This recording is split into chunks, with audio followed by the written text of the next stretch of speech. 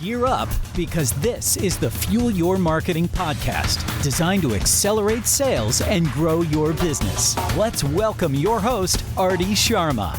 Hello and welcome to yet another episode of Fuel Your Marketing podcast. This episode is in the series of B2B manufacturing marketing. And today we're going to be talking about how do you create a compelling website that serves your audience well and converts at a higher rate. Websites are the most visible part of your B2B companies in today's digital age. And I'm your host, Arti Sharma, and today we're going to be talking about that. So established manufacturing companies, new manufacturing companies, they all realize that driving high quality prospects to the website is the best way to ensure that your target customer can be entertained, engaged, and delighted to convert into a sale. And as a result, potential customers turn to a company's website also to conduct that independent research before engaging the sales team. Now, your website is serving as a 24/7 kind of a salesperson for that functional component when they're looking for that design detail, or when there is when there is any specifications that they're looking for a product. So your copy and your website needs to create an impression to make this a delightful experience for your potential buyers. Now, we all know it's vital for the website to generate leads, and many modern sites are not delivering. We have had several companies reach out to us in the last 3-4 years talking about conversion rate optimization for their B2B manufacturing site, because they have a good looking site, but it just doesn't convert at the rate that they would like to. So in this episode, we'll talk about what falls short. Many websites look, very high performing from the outside, but do not deliver high quality leads. And a site that does not bring any prospects, or an overabundance of low quality ones, may be doing more harm than doing any good to your team, and your resources would be drained as a result. So let's see what exactly is happening in the world when manufacturing industry specifically needs to make a shift in what kind of websites should they be building. One of the things that I do want to emphasize here is don't use templates. Don't use templates, because templates are not serving, especially the Wixes of the world. They're not good for your search engine optimization sometimes. I've found that as a challenge, at least in our organization. If you really don't have any budgets, then yeah, that's the way to go. But it is the guidance that you need is your website design should be backed up by the data, to the layout team, to the design team. So it's really critical to create a data-driven approach to your design, because that measurable performance will tell you which features are working, which ones are not working, what is the best way to kind of write your content or your call to actions. And I think to take it from the top, you have data, but you don't know what your goals are, then that'll be a mismatch also. So the first step in this entire process is to identify the goals of your site. Is the goal to put your brand out there? Then you need positioning and messaging statements really well defined. Or is it also to not just get the brand out there, but also to attract the ideal prospects and the audience and get them to move through the buyer's journey? Then there's a different way of looking at your website design or redesign.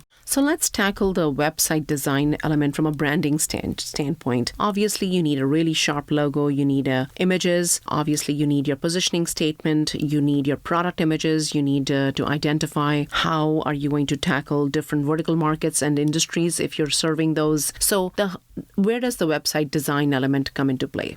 From the branding aspect of it, you want to take your homepage and your website elements, consider making sure that you have a really good branded logo, and that logo is consistent throughout all your web assets, right? Your images are not just stock photography. Sometimes, you need those niche, clear pictures. We're not pixelated to position your brand correctly, right? And that's where the graphic elements come into play. So the homepage of your website is the first page a visitor lands, right? And this page introduces your company to your reader. It tells them about who you are, who you serve, what you do, what is so unique about you. And that is why it's so important to engage a content writing company or a digital inbound strategist to write that positioning statement for you. If you have somebody in-house, that's great. Again, prioritizing that is important besides the look and feel of your website, because you want to create that smart user experience. You want to make it really easy for them to understand about you, your company, and then guide them into a call to action, which is the next stage of their buyer's journey.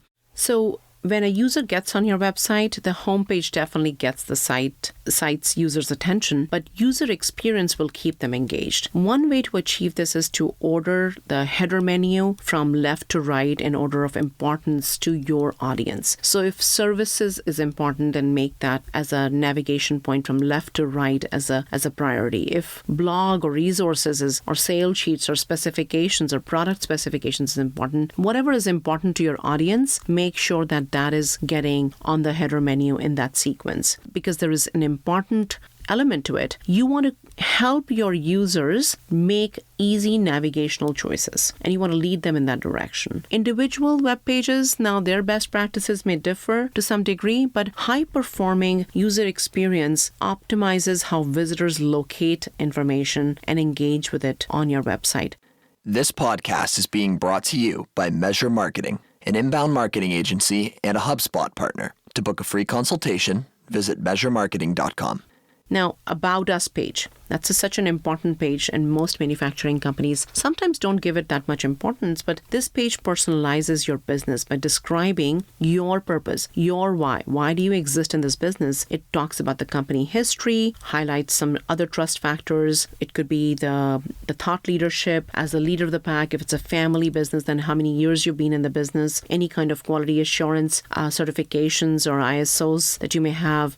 So the About Us page can really be an excellent spot for SEO purposes as well, and SEO keywords. So don't discount that. Again, product and service overview page is, again, very important page. Product and service page, which is kind of similar to the overview page. But again, these are individual pages that provide scannable descriptions and information about a product line, the product images, their descriptions, the specifications, any use cases. And these pages should also include a call to action button at the bottom, at the top. Make it easy for people to say, yeah, this is the product I was looking for. I'm going to inquire about it. So how do you navigate your users through that correct user experience, and the right call to actions on these inner pages is very important. Again, I find manufacturing companies don't talk about their verticals, or they don't talk about the industry pages. So another section that really is kind of a high performing page for a manufacturing website design is the industry page or vertical markets. And these pages really separate the site users to deliver a very high appetite, I would say, topic areas or content. On these pages, serve them with industry-specific information, build that authentic trust with them, build that authentic relationship with them, because now you're speaking their language, you can understand them, and who does not want to work with people who don't get them right? So thought leadership, educational content is very important as well. So after product and industries, your visitors might be looking for additional information to help their research. So adding maybe a library of articles, blog posts, white papers, research materials, instructional materials adds instant credibility to your site and your company. And again, this section is so ideal for SEO. Given the number of pages that you could possibly add, the volume of content on these pages can really give you the power to include certain key phrases, answer any kind of frequently asked questions that are really meaty for search engines to take notice of and put you as an authority in the top search results. So this is definitely a great way to build your SEO. It's also a smart way to provide a clear link to sales to make it easy for them to purchase, because when more and more people are coming to this deeper into this particular navigation of your website content, it's an indication for sales to see what kind of pages are they working, especially if your website's built on a HubSpot CMS and you have all these features enabled. You're able to look at what site pages are people visiting. And even if you don't have a HubSpot CMS, but you have HubSpot as your marketing hub or your sales hub for your sales teams and kind of a CRM, you'd still be able to figure this out. And then more and more people who are visiting maybe that later stage of the buying journey, when they're looking at the pricing, when they're looking at specifications, that's when your sales team can probably get alerted to give them a call. So that means your sales team is now more empowered with your marketing activities, and there's an alignment. Again, call to actions are missing, or they're not as intuitive, and directing the user through a call to action is so important, but sometimes it's either forgotten or it's not paid as much attention as it should be. So the user kind of lands on the site and lands on the page, and then there is no practical call to action, which leads them from a marketing qualified lead to a sales qualified lead. And most of the times what we recommend our customers is that call to actions should definitely create a sense of urgency be such as either download that brochure, right? Or put me through a sales consultant, or there is a different call to action for a different page because you really want to stand out from the visuals and you want to use different colors and powerful colors to not just stand out, but also make it action oriented. So I would say, there could be calculators, keep the intent again in mind, and, create that urgency, essentially, so that the reader is ready to talk to someone. Get a quote, talk to an engineer, request a demo, buy now. Could be some examples, but collecting and analyzing that data on those call to actions is another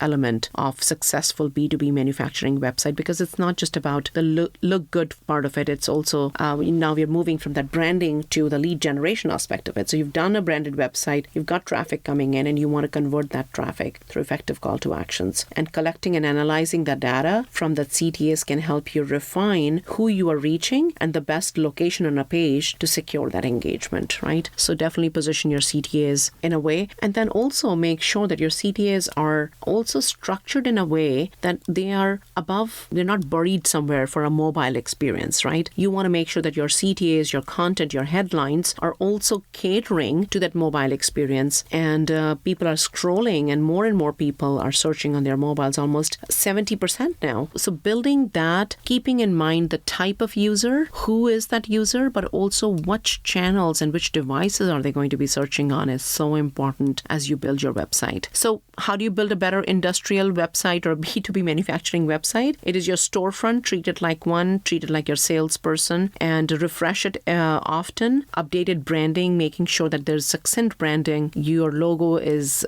same on all your web assets, making sure that you're prioritizing your navigation, writing the right positioning statements, getting your users to that information that they're looking for quickly, serving for the mobile devices and variety of different browsers experiences, and then go from there. And make sure to audit your technical of your website often. So don't just hire an agency to build the website, but maybe there's a support program that you have which tells them that they are responsible for auditing the website on a regular basis as well. So if you want a deeper dive on this topic, please read some blog posts on our website. We often publish around how do you gain a higher edge within your industry and become that manufacturer of choice for those specifiers. So with that said, I really hope you took away something to implement, and you're now going to elevate your good site to great, establish yourself as a thought leader and a technical partner. And if you're looking for more insights, reach out to us. Until next episode, stay blessed and be well.